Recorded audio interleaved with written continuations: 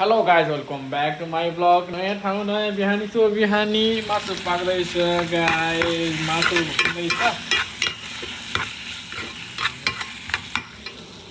Osaka सरेपछि यो तेस्रो दिन हो गाइज काम छैन अझै काम स्टार्टिङ भएको छैन मिस खानेर बस्ने मात्रै काम भइरहेको छ इफ क्याप्सिकम चिकन हालेर ल्याम्म खाने हो गाइज यो मेरो घरबाट बाहिरको दृश्य बाहिर सुन्दर मनोरम दृश्यहरू देख्न सकिन्छ गाइज यस्तो छ म यतापट्टि बस्छु ठ्याक्कै तेस्रो फ्लोरमा तल गाडीहरू गुडिरहेका छन् र आज मैले गर्नुपर्ने काम स्पेसल काम के छ भन्दाखेरि आज सिटी अफिसमा गएर बसाइसराईको चाहिँ प्रमाणपत्र लिनुपर्ने छ अस्ति म गएको थिएँ शुक्रबार बिदा रहेछ यिनीहरूको कोही सिक्कु जित्यु के भन्दै थियो त्यसको बिदा रहेछ ठ्याक्कै अफिससम्म पुगेर फर्किरहेको गाइज आज फेरि जानु छ त्यसपछि फेरि ब्याङ्कमा गएर पनि एड्रेस चेन्ज गर्नुपर्छ जापानमा चाहिँ बसाइ सरेपछि ब्याङ्कको लागि क्रेडिट कार्डहरू चलाएको छ भने त्यसको लगायत सिम कार्डको लागि पनि एड्रेस चेन्ज गर्नुपर्ने हुन्छ गाइज नत्र भने केही समयपछि चाहिँ चलाउन नमिल्ने भएर जाँदो रहेछ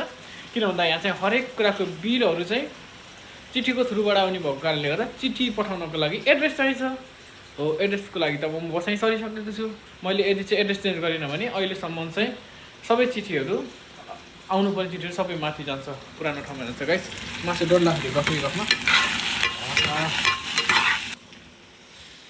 गाइस जिन्दगीमा कसैको पनि भरोसा गरेर हिँड्न नहुने रहेछ आफैले प्लान बनाएर आफ्नो हिसाबले सोच विचार गरेर गयो भने चाहिँ ठिकै हुन्छ र कसैले केही गरिदिन्छ कोही कसैको भर परेर कोही कसैले चाहिँ केही गरिदिन्छ भनेर चाहिँ आश गरेर हिँड्यो भने चाहिँ गाह्रो हुन्छ गाइस त्यही भएर गाइस विचार गर्नु होला प्लान बनाउँदा आफ्नो हिसाबले बनाउनु होला गाइस अनि अर्को भनेको मेरो स्कुल चाहिँ ठ्याक्कै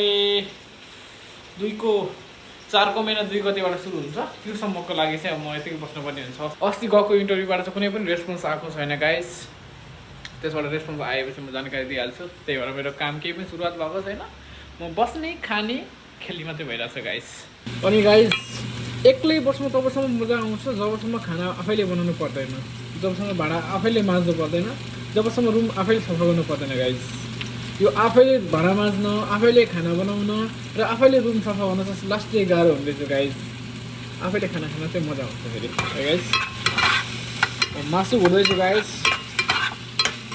भ्यागुटी स्टाइलमा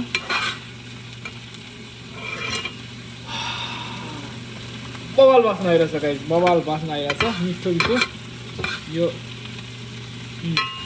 लसुन प्याजको बास्ना हो गाइस यसमा चाहिँ धनियाँ पनि भएको भए अझै राम्रो हुन्थ्यो धनियाँ यहाँ पाइँदैन नेपालमा भएको भए कति आनन्द हुन्छ अहिले ट्याक्क तरकारी ओइरो तल गएर खोर्सानी टिपेर ल्यायो धनियाँ टिपेर ल्यायो लसुनको पातहरू टिपेर ल्यायो चक्क चक्क काट्यो टक्क हाल्यो गोलवडा टिपेर ल्यायो तुरुन्तै ताजाको ताजा र यहाँ त कति महिनादेखिको कति अगाडिदेखिको सामान हो भने थाहा हुँदैन त्यही पनि मिठै हुन्छ के गर्ने नेपालमा पैसा पनि त हुँदैन नि गाइस अहिले हामी जापानमा कमाए जस्तो कमाइ हुँदैन नेपालमा हुँदाखेरि मसँग खल्तीमा 1000 रुपियाँ पनि हुँदैन थियो गाइस साथीभाइले कतै घुम्न जाउँ भन्यो भने पनि जान सक्ने अवस्था थिएन साथीभाइले कतै घुम्न जाउँ भन्यो भने पनि जाने अवस्था थिएन र अर्को कुरा गाइस मेरो चाहिँ सानैदेखि चाहिँ कस्तो हो नि साथीभाइ पनि कम र खल्तीमा पैसा नि नाइ र सानामा गाउँमा फुटबल खेल्थेँ दाइहरूसँग साथीहरूसँग फुटबल खेल्थेँ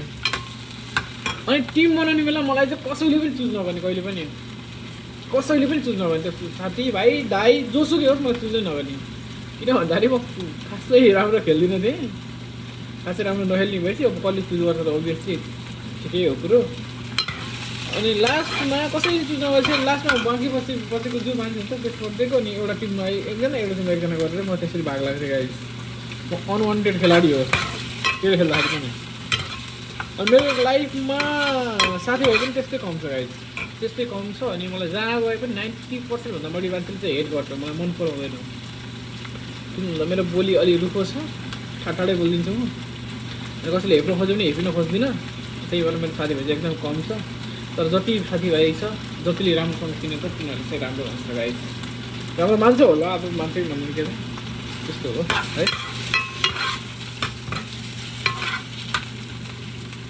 जापानको चामल गाइज मैले राम्रो पकाउन सक्दिनँ छैन अझै पनि त्यहाँमाथि यो ग्यास होइन नि त यो इलेक्ट्रोनिक चुलो भयो यो इलेक्ट्रोनिक चुलोमा कुकरमाहरू पकाउन लास्ट गाह्रो हुन्छ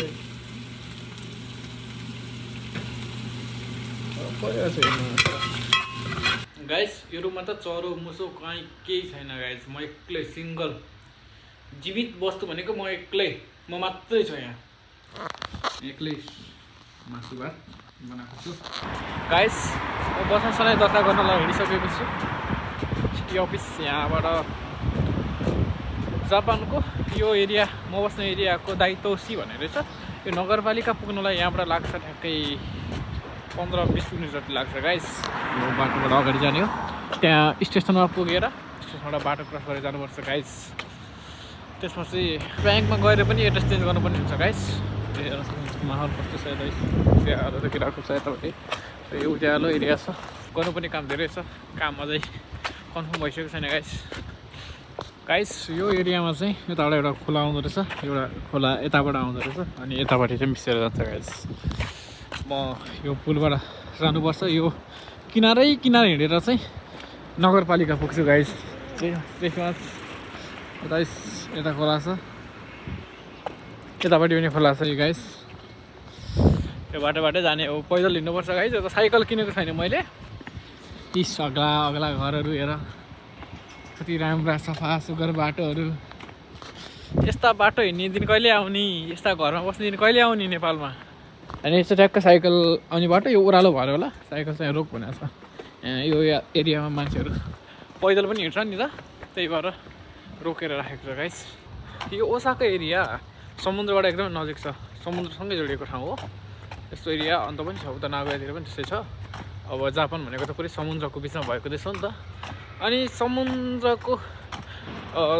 समुद्रको नजिकै भएको कारणले सुनामी आउँदाखेरि पनि कति फिट अग्लोसम्म भएर आउँछ, पानीको छालहरू आउँछ। त्यस्तै खोलामा पनि बाढी टन्नै आउने भएको कारणले त मान्छेभन्दा अग्लो अग्लो चाहिँ वाल बनाएर राखेको छ।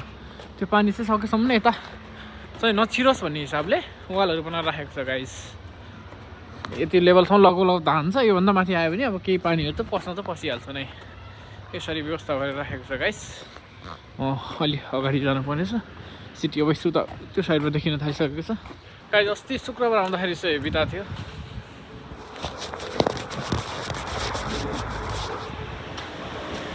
गाइस अस्ति आउँदा चाहिँ शुक्रबार आउँदा चाहिँ बिता थियो गाइस। आज चाहिँ खुला छ, त्यहाँ गएर टेन्सु त्यो दोप्पे भन्ने चाहिँ एउटा लेटर हुन्छ, त्यो दासु गरिसकेपछि चाहिँ त्यो लेटर बुझाएपछि चाहिँ हाम्रो काम लगभग सकिन्छ गाइस। मैले यो बसासराईको पेपर पनि बुझाइसकेँ। त्यो भनेको टेन्सिचु तोदोके भन्दो रहेछ, त्यो बुझाउनुपर्छ नयाँ ठाउँमा आएपछि 14 दिनभित्रमा। अनि मैले यो ब्याङ्कबाट पनि एड्रेस चेन्ज गरिसकेँ गाइस। अनि हाम्रो कतिपय साथीहरूको चाहिँ कस्तो हुँदो रहेछ नि त, हाम्रो सेम्पाहरूको देखाएको थिएँ मैले। उनीहरू नयाँ ठाउँमा गएँ, धेरै कुराहरूको एड्रेस त चेन्ज गरेँ, तर यो अनलाइन सपिङ गर्ने ठाउँमा चाहिँ एड्रेस चेन्ज नगर्ने। अनि त्यसपछि यो अनलाइनबाट सपिङ गरेको सामानहरू चाहिँ सबै चाहिँ पुरानो एड्रेसमा पुग्ने भइरहेको हुन्छ क्या। हाम्रो पालामा नि हामी त्यहाँ हुँदाखेरि सेम्पाहरूको सामान आइरहन्थ्यो प्रायः, त्यो पनि ख्याल गर्नुपर्ने हुन्छ गाइस। त्यो ओसाका सिटी होइन रहेछ, ओसाका सिटी अन्तै रहेछ अझै। यहाँ समुराईको के को मूर्ति छ गाइस, कति राम्रो देखेको छ। बाजे तरबार बोकेर बस्नु भएको छ, सायद समुराई हो कि जस्तो देखिरहेको छ गाइस। अब यहाँबाट चाहिँ निस्किनु पर्ने ठुलो बल देखिरहेको छ गाइस। बल्ल बल्ल रुम आइपुगेँ गाइस। खाना रेडी छ, खाना मात्रै बाँकी हो, तताएर खाना पर्छ। र मैले गर्नुपर्ने काम सबै भइसक्यो गाइस। अब हल्ला गरेर नि मान्छे टन्नै बस्छन्, यो त्यसो त्यो तल्ला भइहाल्यो। Thank you so much for watching my video. मेरो भिडियो हेरेर साथ दिने सबैजना साथीहरूलाई धन्यवाद। मेरो भिडियोलाई हेरेर लाइक, कमेन्ट र सेयर गरिदिनु होला र मेरो च्यानललाई सब्सक्राइब गर्न नभुल्नु होला guys. Thank you so much.